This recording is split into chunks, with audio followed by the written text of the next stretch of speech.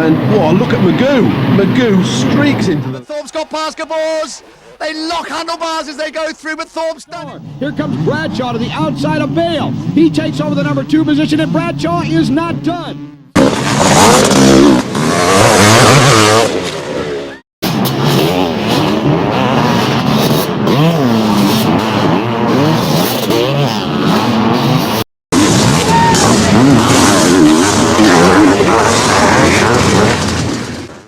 The congestion running down that first straightaway. Danny Chandler jumps out in front. Chandler leads the field through the first turn. Oh, it never ceases to amaze me that they all come together at that super berm and no one crashes.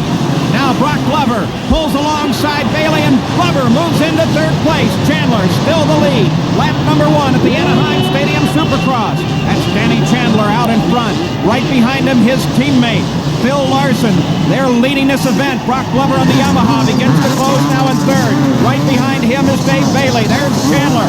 His machine, he's off the bike. He drops the bike. Our leader's down. Larson gets by. Glover gets by. Bailey gets by, and Chandler is hurt. Larson takes the lead, Paul. He's now running, but Glover is coming up on that yellow number 6. Glover on the inside, and Glover is now our leader. So here in the first lap, already 3 different lead changes. Brock Glover now begins to pull away as Larson and Dave Bailey begin to battle. That's Bailey, number 11, that has moved into second place. Glover comes across the line in first, and Phil Larson comes by in third place. Now CC Champ is out and leading the Anaheim Stadium Supercross. Now a report, let's go down to Gary Gerald. Paul, there was a lot of confusion in that crash. Chandler went down. There was riders behind him who also stacked up. Bob Hanna, Rick Johnson were a couple of the top names involved. They've got a long way to go now if they have any opportunity to get up with the leaders. And there is the leader, Brock Glover on number 6. He's having his struggle with the course, but a man with a more desperate battle. Danny Chandler, number 22, the only man to win all 4 events at the Trophy to Nations, now in 16th place and trying to come back and pick up the lead that he occupied right at the start. Brock Glover now leading Dave Bailey and Phil Larson as they come through the rockers. Paul, they've manicured this track between each of the heats, but it's still coming apart. It's getting very loose, and we see the riders starting to tire. As I said earlier, they had to run 2 heats in order to make this feature event. Some of them had to run 3, so we're starting to see the tiring efforts coming in. They're losing their bikes. They're bouncing off of hay bales. It's getting increasingly tougher for them. You can see, too, how physical this sport is. Each of these bikes weigh 216 pounds, and they literally pick them up and throw them back and forth on the floor of the Anaheim Stadium. This course built in less than 2 days here. Correct? I would come into it as fast as I could and try to jump halfway across it, let's say, and get the front wheel kind of high so I don't get some water splashed up in my own face. And then the exit's very tricky here because there's a bank of sand, but it's become very saturated with water. It's really soft, so when you hit it, yeah, you might see some crashes here tonight because the edge is so soft and the wheels sink right into it, and it almost stops you momentarily, and then from there, it's quite easy to fall down. 23-year-old Brock Glover, as he powers his way around the course on his Yamaha. This is Paul Page with Johnny Rutherford and Gary Gerald, and we're back with another massive crowd at Anaheim Stadium for Supercross. Currently, our leader is Brock Glover on number 6. He's being pursued by the number 11 machine of Dave Bailey, and Phil Larson is in third. Paul Glover is a 5-time national champion, so he's no stranger to this business. And here we get a chance to watch some of his technique. You watch him shift his weight back, sticking his foot down at the proper spot through the water hazard, coming around to the rockers, where the bike takes tremendous pounding. The suspension works, his arms and legs work, keeping his balance to keep it straight. They have to deal not only with the physical torture of the ride, but there's a problem of visibility, too. Gary Gerald has this report. Dave Bailey continues to pursue him. There is Glover as he throws the bike high in the air. Right behind him, though, just off your screen, is Dave Bailey, who from time to time has been able to move up and close down on Glover. Bailey has been riding a very conservative race, sitting back there and doing no more than he needs to stay right on the tail of Glover. So he may be in the prime spot, the only one to overtake Glover and give him a run for the money at the end. Here is a man that we're more accustomed to seeing in the yellow of Yamaha, but he is in the red, white, and blue of Honda. It's the winningest man in the sport with over 55 major victories, Hurricane Bob Hanna. But he is having problem here tonight. He's running back in 8th place.